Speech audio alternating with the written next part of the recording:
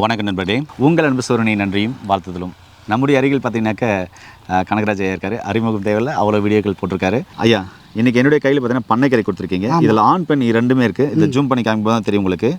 இதில் பார்த்தீங்கன்னாக்கா பச்சை கலராக தண்டு இருக்கக்கூடியது பெண், சிவப்பு கலராக இருக்கக்கூடிய தண்டு இருக்கக்கூடியது ஆண் அப்படின்னு சொல்லுவாங்க. ஆண் பெண் மூலிகைகள் பார்த்தீங்கன்னா ரெண்டுமே இருக்கும். இதில் ஐயா என்ன மாதிரியான மருத்துவ குறிப்பு சொல்ல போகிறான்னு பார்க்கலாம். ஐயா, இந்த பண்ணைக்கீரையில் மக்களுக்கு தேவையான மருத்துவ குறிப்புகள் என்ன சொல்ல போகிறீங்க? ஏன்னா இது உண்ண மறந்த உணவு, அழிஞ்சு வரும் மூலிகைன்னு கூட சொல்லலாம். உண்மை. சொல்லுங்க ஐயா. இந்த பண்ணைக்கீரை பார்த்திங்க அப்படின்னா சாதாரணமாக தரிசு நிலங்களில் அல்லது நீர்ப்பாங்கான இடத்துல எங்கே வேணாலும் வளரக்கூடிய ஒரு மூலிகை இனம். அந்த காலத்தில் பார்த்திங்க அப்படின்னா மக்களுக்கு பிரதான உணவு என்னன்னு பார்த்தீங்கன்னா கீரை வகைகள் தான். இப்போ இருக்கிற மாதிரிலாம் காய்கறிகள்லாம் கிடையாது. தினம் ஒரு மாதிரி சாம்பார் வச்சு பொரியலோடு சாப்பிட்றதுக்கு. மக்களோட முக்கிய தொழில் என்னென்னா விவசாயம். விவசாய வேலைக்கு போயிட்டு சாயந்தரம் வரும்போது ஒவ்வொரு காட்டு வரப்பில் இருக்கக்கூடிய, அதாவது இது மாதிரி இந்த பண்ணைக்கீரை, தொய்யக்கீரை, பசலைக்கீரை, முருங்கைக்கீரை இது மாதிரி கொண்டு வந்து அதை தான் சமைச்சு சாப்பிடுவாங்க. அதான் ஒரு வீட்டுக்கும் இன்னொரு வீட்டுக்கும் பரிமாற்றம் பண்ணிக்குவாங்க. உன் வீட்டில் என்ன அப்படின்னாக்கா என் வீட்டில் பண்ணைக்கீரைம்பாங்க. சரி, ஒரு கப்பு எனக்கு கூட, நான் தொய்யக்கீரை கடைஞ்சிருக்கேன், நீ வாங்கிக்கோ அப்படின்னு சொல்லி இந்த மாதிரி தான் பண்ற பரிமாற்றம் பண்ணி தான் சாப்பிட்டாங்க. கீரை மட்டுமே மக்களுக்கு வந்து ஒரு பிரதான உணவு. அதாவது வந்து குழம்பு வகைகளில் பார்த்தீங்கன்னா அது இருந்தது. சூப்பர்.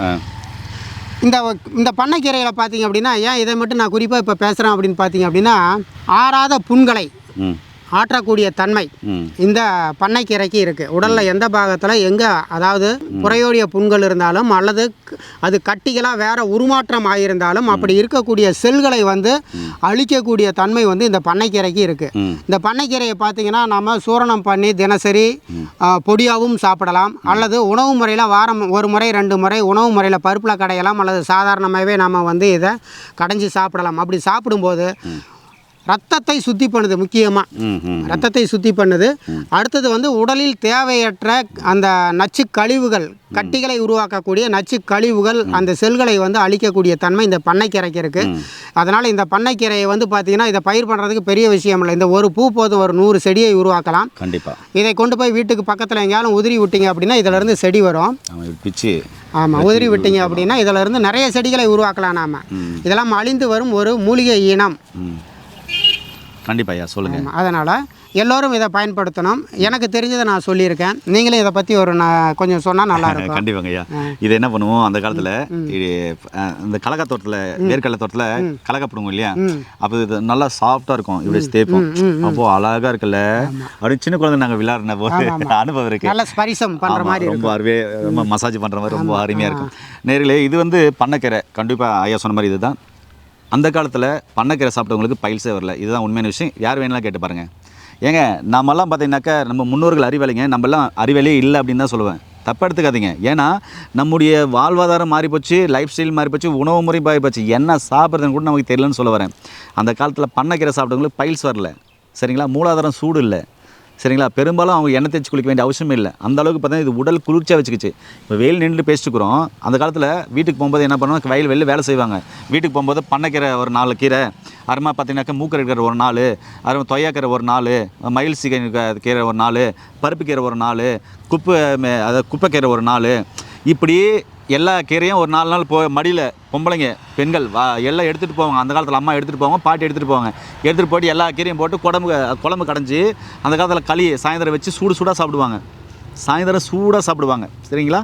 அது என்றது ஒரு வீடியோவில் சொல்கிறேன். ஏன் சாயந்தரம் சூடாக சாப்பிட்டாங்க, சுடசூடுன்னு சொல்லுவாங்க. ஏன் சாப்பிட்டாங்க, சுடக்களின்னு சொன்னாங்க, ஏன் சாப்பிட்டாங்கன்னு சொல்லுவோம். சார், நம்ம இன்னொரு வீடியோவில் பார்க்கலாம். இப்போ இந்த பண்ணைக்கீரையை தொடர்ந்து நீங்கள் எடுத்துக்கும் போது என்னென்னா பைல்ஸ் கம்ப்ளைண்ட் சம்மந்தமான பிரச்சனைகள் வரவே வராது. எத்தனை நாள் எடுத்துக்கணும்? ஒரு 15 நாள் எடுத்துக்கணும். எப்படி எடுத்துக்கணும்? கீரையை கடைஞ்சும் சாப்பிட்லாம், இதே சூப்பாகவும் சாப்பிட்லாம், சரிங்களா. சாப்பிட்டு வந்தீங்கன்னா பைல்ஸ் சம்மந்தமான பிரச்சனைகள் வராது. உடல் குளிர்ச்சியாகும், ரத்தம் தூய்மையாகும், குடலில் இருக்கிற புண்கள் ஆறும், மலவாய் ஆசன வாயில் இருக்கிற புண்கள் ஆறி ரொம்ப அருமையாக இருக்கும். ஒரு வேளை கேட்பீங்க, ஐயா வெளி மூலம் வந்தவங்களுக்கு என்ன பண்ணும்? இதே மாதிரி 15 நாள் தொடர்ந்து சாப்பிடுங்க. காரம் இல்லாத உணவுகள் சாப்பிடுங்க. நிறைய மோர் எடுத்துக்கோங்க. நிறைய பார்த்திங்கனாக்கா நீர் காய்கறிகள், பழங்கள் எடுத்துக்கோங்க. தோற்பான பழங்கள் நிறைய எடுத்துக்கோங்க. அதோடு சேர்த்து வெளி மூலம் இருக்கிறவங்களுக்கு துத்தி இலையை நல்லா விளக்கெண்ணில் வதக்கி கோவணம் மாதிரி கட்டிக்கோங்க ஒரு 15 நாளைக்கு. அது உள்ள சுருங்கி போயிடும். இப்படி சாப்பிட்டு வந்தீங்கன்னா மூலாதாரம் சூடு இல்லாமல் ஆண் பெண் இருப்பாருமே ஆரோக்கியமாக வாழலாம். யார் சாப்பிடக்கூடாது அப்படின்னு ஒரு கேள்வி கேட்பீங்க.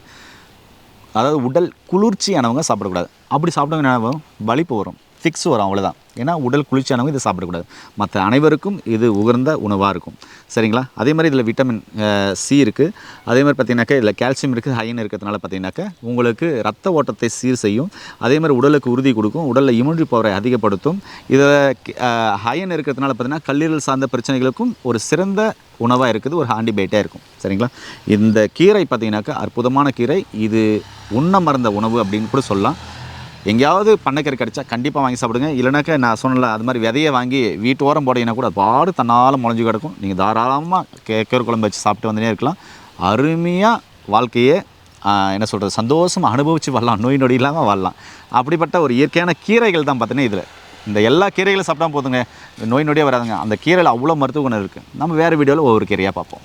மீண்டும் இன்னொரு அருமையான பதிவில் உங்களை அன்பு சந்திக்கும் வரை உங்களிடந்து விடைபெறுவது உங்கள் குடும்பத்தில் ஒருவனாக உங்கள் அன்பு சொன்ன ஹரிதாஸ். நன்றி, வணக்கம். வணக்கம். வணக்கம்.